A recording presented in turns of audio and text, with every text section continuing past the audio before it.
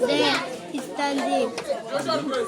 We are going to present you a poem entitled Happy 2022 Graduation Ceremony. Graduation Day is finally here. A day that we have waited